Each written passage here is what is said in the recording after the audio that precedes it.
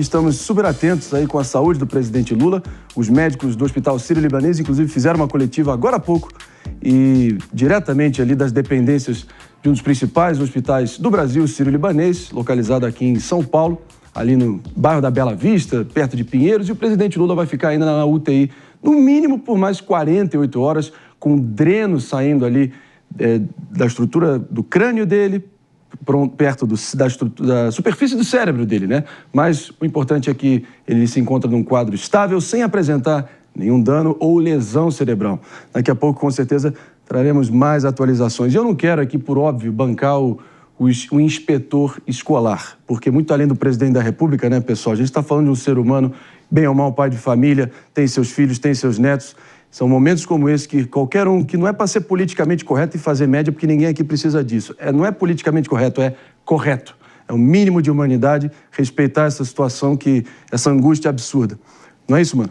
É isso, é humanamente correto, né? É uma questão de ser um ser humano que sabe que um outro ser humano está passando por um momento de saúde e que precisa se recuperar o mais rápido possível. O que a gente espera é isso.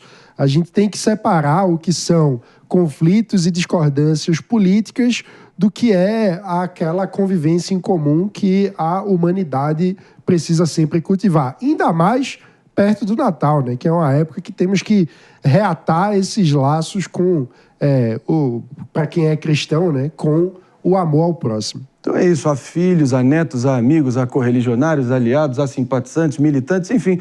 E, apesar de qualquer divergência de ordem política e ideológica, esse é um daqueles momentos que realmente tem que deixar tudo isso da sala para fora. Não é isso, Pepe?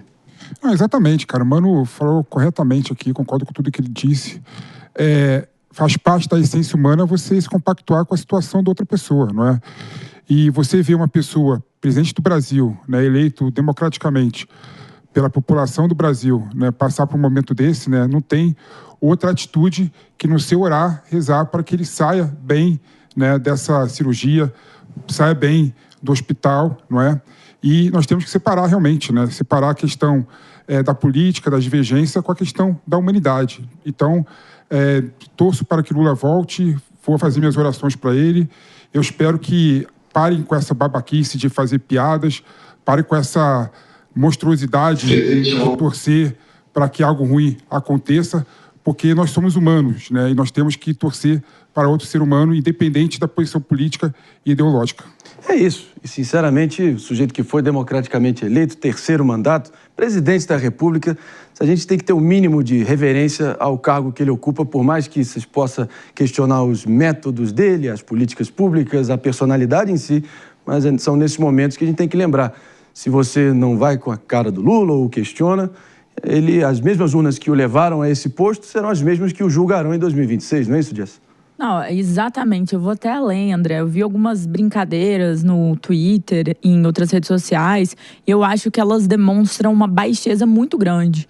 E por que essa baixeza? Eu sou cristã, né? É um pecado gigante desejar a morte do próximo, desejar o mal do próximo. Então, assim, a gente precisa lembrar que a política não pode ser um jogo de desumanização onde todo inimigo você quer aniquilar. Isso é muito feio, isso é baixo, isso não faz bem para a democracia. Então, eu desejo pronta recuperação ao presidente da República. Minhas orações estão com ele, com a família dele. Eu espero que ele fique bem. Isso não tem a ver com divergir de um governo ou divergir dele politicamente. Isso tem a ver com ser uma pessoa humana e com valores, que eu acho que é importante a gente cultivar, que para mim, no caso, são os valores cristãos. Esse sangramento intracraniano agora cada vez mais está presente, impressionante. O próprio Tony Ramos, o ator Tony Ramos, sofreu algo muito parecido. A mesma doença acometeu um parente muito próximo meu no final do ano passado. A gente sabe, eu sei de perto o drama humano que isso tem, o quão invasivo é esse procedimento intracraniano, a costura ali na escápula da cabeça e todo o risco, né, de convulsões depois, o temor de fala, os fantasmas que te assombram, a perspectiva de convulsões. Então é muito invasivo. Eu não tenho outra opção a não ser lembrar, inclusive, sorte a nossa que a gente pôde poder contar rigorosamente com a mesma equipe. Dr. Marcos Stavali, Dr. Rogério Tuma, o próprio Dr. Roberto Calhões sempre comandando a equipe do Sírio-Libanês com brilhantismo, conhecido como médico dos presidentes, já atendeu a todos, acho que com exceção do presidente Bolsonaro, que ficou no Alberto Einstein, mas de qualquer maneira, é isso. Eu acho que tem que respeitar a humanidade nesse momento e deixar qualquer divergência de ordem política e ideológica realmente em último plano, se quer cogitar isso. Para pincelar aqui, fique à vontade, mano. É exatamente isso. E do ponto de vista institucional, nós temos um vice-presidente, nós temos todas as instituições para que o governo continue sendo tocado, né? Então, é preciso separar as coisas. O ser humano, que nesse momento está numa sala de UTI, qualquer um que já teve um parente numa sala de UTI, sabe a apreensão que isso gera, mesmo que a equipe médica diga que está tudo dentro do previsto, mas enquanto não sai da UTI, enquanto os familiares não voltam a se reencontrar, todo mundo sabe a angústia humana que isso significa. Então, é preciso separar. Isso é uma coisa. Outra coisa é o governo, que precisa ser tocado durante esse período pelo vice-presidente, com todas as agendas que precisam caminhar, porque o país não para. E tem um ponto também, mano, queria só destacar aqui, né? O Lula é um ser humano, tem família, tem neto, tem filhos, né? Tem pessoas, por exemplo, que estão no núcleo dele, né? Que estão sofrendo nesse momento, né? Então, fazer piada e querer que o mal aconteça com ele, você está atingindo outros seres humanos, né? Que gostam dele e familiares, né? E concordo com o Mano mais uma vez aqui, né?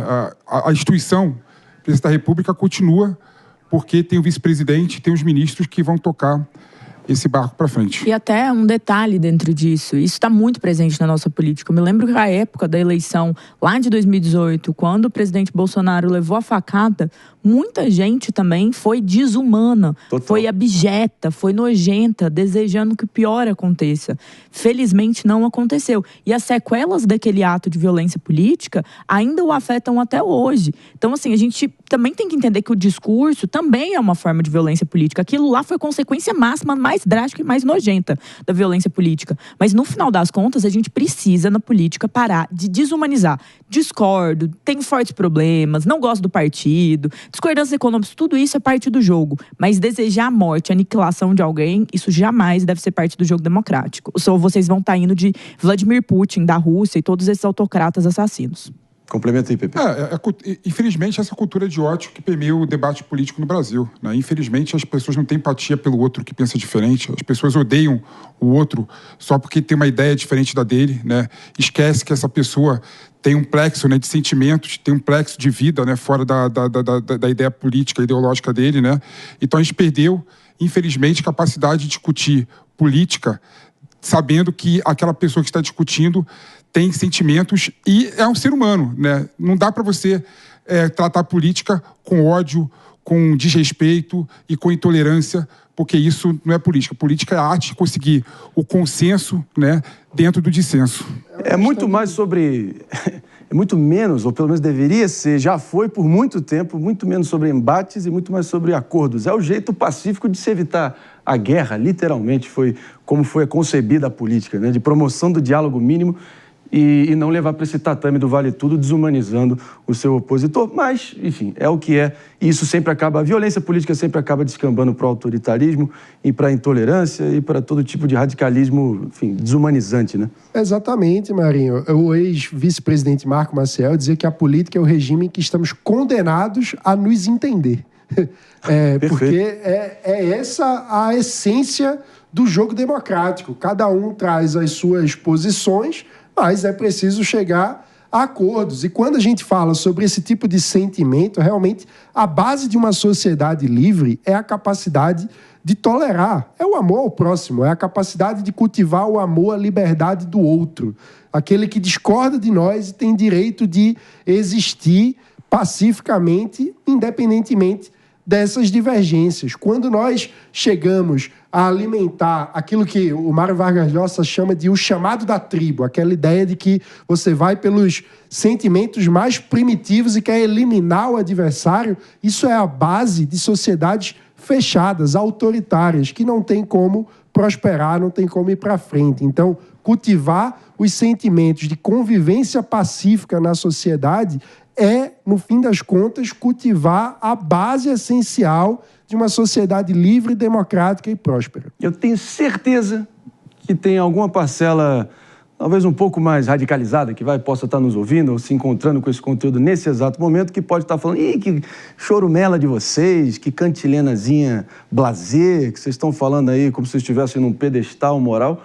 mas eu tenho certeza, convicção, nada me tira da cabeça que a esmagadora maioria de quem possa estar nos ouvindo assina embaixo, subscreve esse sentimento, porque é o mínimo. Fundamentalmente, apesar de todo o vozerio, das minorias barulhentas, o Brasil é um país formado majoritariamente por gente do bem, gentil e honesta, que concorda em gênero, número e grau com o que está sendo dito aqui. Essa é a mensagem que todo mundo tem que aderir. Não é isso, Jess? Concordo plenamente, até para dar vazão a isso que a gente também erra no dia a dia. Quando eu estava começando a entrevistar, eu tinha um político que eu ia entrevistar que eu odiava. Eu achava ele abjeto, nojento, desumanizava até, claro, não no sentido de desejar o mal, mas de fato mal via como uma pessoa. Nessa entrevista, eu vi que ele era uma boa pessoa. Apesar das fortes discordâncias, eu vi o ser humano ali por trás. Ele chegou, inclusive, com a filha, que era pequena. E quando esse processo de proximidade ocorre, a gente vê o tanto que a tela, o distanciamento, ele favorece que a gente não veja o outro como humano. Que a gente não saiba respeitar e amar o próximo. Porque a gente tem discordâncias políticas, ou discordâncias de visão. Então, todo mundo erra, todo mundo, em um certo grau, comete esse processo. O que eu estou chamando, e que a gente está chamando aqui, é para uma reflexão sobre esse processo, para não ter este tipo de ódio, para não ter esse ódio que quer aniquilar, para entender que por trás de um comunista, por trás de um fascista, por trás do que for, existe uma pessoa, existe um ser humano, e isso deve ser respeitado. Desejar o ódio, desejar a morte, desejar o mal, jamais deve ser normalizado na nossa sociedade. Agora eu proponho, pessoal, que a gente faça ali vamos passear ali pelo Sírio-Libanês, ouvir diretamente da fonte todo o corpo médico ali, qualificadíssimo. Tive a sorte de conhecê-los, tudo bem que num contexto familiar, um drama absurdo, um sofrimento, mas são pessoas acima de qualquer suspeita. E eu faço questão aqui de dar uma oportunidade de ouvi-los com um diagnóstico mais preciso da condição atual do presidente da República. Então, sobre a condição neurológica especificamente, a gente já vai estar indo, inclusive, com a nossa Bia Manfredini, equipe de reportagem da Jovem Pan News, diretamente ali da base do Hospital Sírio-Libanês, não sem antes ouvirmos aqui diretamente o último pronunciamento da equipe médica na coletiva, que aconteceu há pouco tempo. Vamos lá. Não, nada. Eu não tive sequela alguma, nem alteração de movimento, absolutamente nada. Eu tenho que estar estável, conversando normalmente, ele... Tá aí Roberto Calil, doutor Roberto Calil, clínico geral ali, um manda-chuva de toda a operação do Sírio-Libanês, conhecido como médico dos presidentes, de Sarney a Lula, já atendeu a todos em algum momento. Acho que com exceção de Jair Messias Bolsonaro, a ver, mas de qualquer maneira é um cara que também está acima de qualquer suspeita. Pepe? Não, as notícias, pelo menos de hoje, que foi colocado na coletiva de imprensa pela equipe médica, são notícias boas, né? Falando que o Lula não vai ter sequelas e que ele vai ficar na UTI por 48 horas em observação, mas que não teve nenhum dano irreversível no seu cérebro. Boas notícias, né? Felizmente, né? Temos boas notícias agora. A partir da minha experiência que eu colecionei nesses meses, atormentadores, eu acho que foi muito uma questão de prevenção, no sentido de ter detectado o mais cedo possível e não ter deixado que essa hemorragia intracraniana pudesse se espalhar cada vez mais pela superfície do cérebro, porque aí sim o procedimento para inserir os 2 drenos ali no cérebro teria sido muito mais invasivo e teria que ter tido ali uma costura muito mais ampla, né, na estrutura ali da cabeça. Acho que, pelo que tudo indica, não foi o caso do presidente Lula. Repito, parente muito próximo meu passou por isso, o próprio Tony Ramos recentemente. É lamentável. Temos aí um pouco do procedimento recente, talvez, que o presidente Lula realizou, uma das cicatrizes ali até relevantes bem na região da nuca dele, entre as 2 orelhas, parte de trás da cabeça, mas a ver qual foi a extensão da cicatriz e do procedimento realizado de ontem para hoje. Essa é a dúvida que fica no ar, não é isso, mano? Pelo que a equipe médica explicou na coletiva, ele está agora com um dreno, né, que vai servir para fazer com que todo esse sangue dessa região possa escoar, né, para que não fique se acumulando dentro da cabeça, porque isso estava gerando uma compressão do cérebro, né? Então, o sangramento não era no cérebro, era nessa região da nuca, que fazia com que houvesse uma espécie de cápsula que é formada pelo próprio corpo, com uma espécie de defesa, e aí essa cápsula foi inchando com o sangue e isso comprimia o cérebro. Por isso, o presidente Lula sentiu dores de cabeça muito fortes, né? A dor de cabeça que o fez ir até o hospital em Brasília para depois ser transferido para São Paulo, onde fez essa cirurgia. Então ele está com esses drenos e, segundo a equipe médica, agora é uma questão de tempo para que todo esse líquido possa escoar, e aí ou vai parar de haver qualquer tipo de escoamento de líquido, ou vai passar a ser uma espécie de um líquido mais normal, né? Menos infeccioso, e aí vai ser um momento de retirada desse dreno. Então o presidente deve ficar em observação nos próximos dias. Todas essas são informações da coletiva de imprensa da equipe médica do Sírio-Libanês. Só um detalhe importante na fala do Mano aqui. Como que começou para averiguar o que se tratava? Dores de cabeça. Então a gente vê aqui a importância... Perdão, um parêntese muito rápido. Acho que foi a partir de uma queda que ele teve no banheiro. Não, mas assim, a queda já faz algum tempo. Por que ele foi atrás do procedimento e da ajuda médica? Porque ele estava sentindo dores de cabeça. Então, às vezes, as pessoas, elas ignoram esse que é um sintoma tão comum do nosso dia a dia, né? Tomam medicação. Não é um caso de um presidente da República. Mas isso também precisa servir de alerta para quem está aí com algum problema médico, está sentindo alguma coisa, procurar ajuda médica é, sim, fundamental. E olha só, e jamais subestimar os sinais que o corpo te dá. Exato. E no caso do caso que a gente viveu tão proximamente, foi exatamente isso. Uma dorzinha de cabeça, renitente, não passava, tomava Novalgina, aliviava, tomava Novalgina, aliviava e voltava. E ficou assim por uns 20 dias, a gente talvez subestimando, ou tentando, enfim, achar que não era nada maior. Eis que bastou ali uma radiografia e mais 5 dias naquela vazão da hemorragia, naquela proporção, era caixão e vela preta. Então só para dizer para vocês que até as dorzinhas de cabeça mais inocentes podem estar guardando uma surpresa indigesta para quem menos espera e merece, né? De qualquer maneira, fica o alerta aí de quem passou por isso de perto. Um dos médicos, inclusive, explicou que esse tipo de sangramento acaba sendo comum em pacientes que já têm uma idade um pouco mais avançada, que sofreram algum tipo de lesão, como a queda que o presidente sofreu. E que, em muitos casos, a pessoa bate a cabeça de alguma forma, não leva aquilo a sério, exatamente. E aí até esquece que, eventualmente, levou algum tipo de lesão e depois... está lá a hemorragia. Né? Esse teu comentário é muito bem-vindo, porque até hoje a gente não tem certeza de qual foi o fato gerador, qual foi o incidente que possa ter causado o drama pessoal com esse parente meu. A nossa suspeita é que foi uma batidinha de cabeça quando estava saindo do carro, quando você está ali fazendo aquele movimento para sair do carro um pouco mais apertado, num táxi, e bater a batidinha de cabeça que talvez foi exatamente aí a origem desse drama todo, que se alastrou por meses e meses. A sorte é que está tudo bem. Mas foram meses intensos de recuperação. O que impressiona nesse caso é que o Lula caiu, né, na sua residência em outubro, né, e a hemorragia aconteceu em meados de dezembro. Ah lá.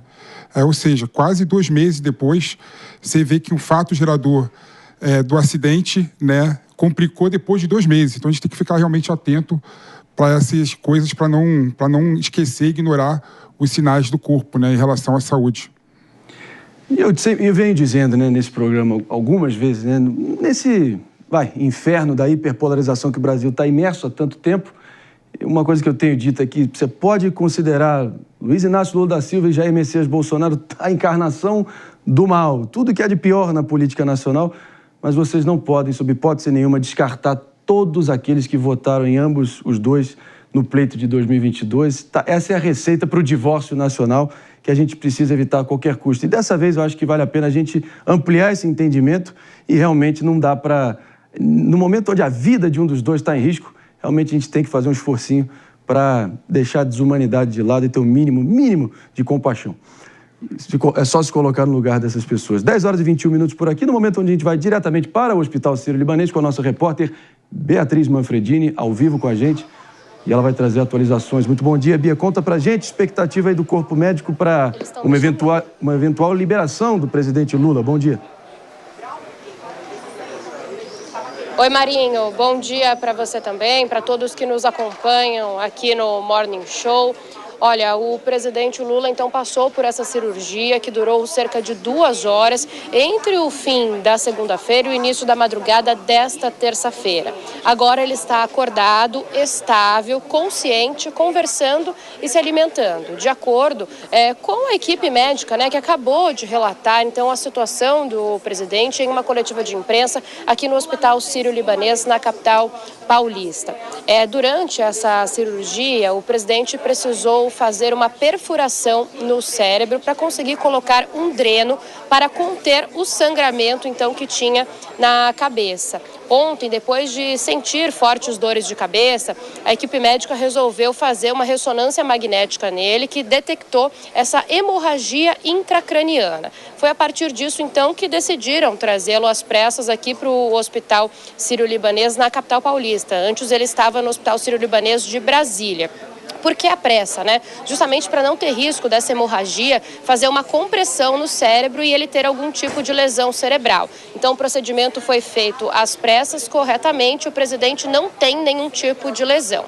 Agora, durante a recuperação, ele deve passar pelo menos as próximas 48 horas na UTI, está na UTI neste momento e está com o dreno do lado de fora da cabeça. Ainda deve permanecer assim pelos próximos 3 dias. A expectativa de alta é para a semana que vem, talvez para segunda-feira, mas a equipe médica não quis cravar exatamente esse dia, depende da recuperação do presidente. Quem está com ele é a primeira-dama, Janja, e deve permanecer assim pelos próximos dias, não pode receber visitas até sair da UTI. E de acordo com a equipe médica, esse é um procedimento que tem relação ainda com aquela queda sofrida pelo presidente Lula no dia 19 de outubro, quando ele escorregou e caiu no banheiro da residência oficial. Na época, precisou levar 5 pontos na cabeça, na nuca, nessa parte de trás da cabeça e tudo mais. Agora, então, depois de ter alta, que a expectativa é só na semana que vem, deve poder voltar às atividades normalmente, podendo viajar, inclusive, porque naquela primeira queda,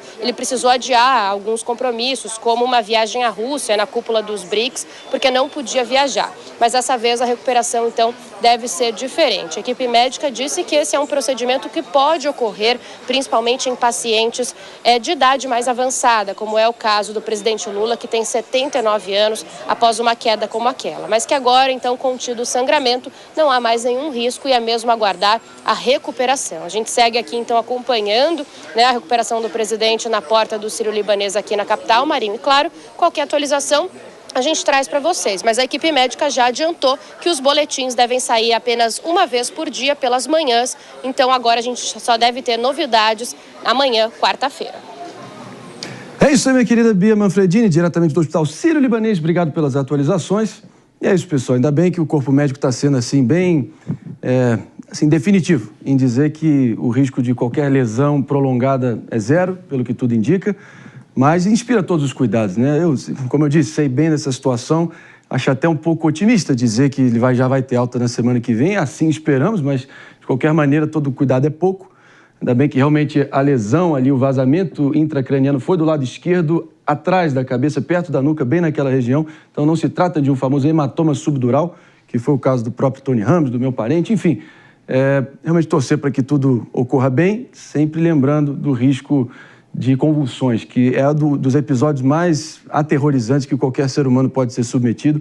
A experiência desse parente, ele até fez uma comparação como se ele tivesse sido engolido por aquelas ondas de Nazaré, em Portugal, aquelas mega ondas, e aquela coisa de estar sufocado, É uma desgraça, então a gente tem que respeitar esse momento, não como presidente da República, sempre passível de críticas, mas como o pai, o amigo, o avô.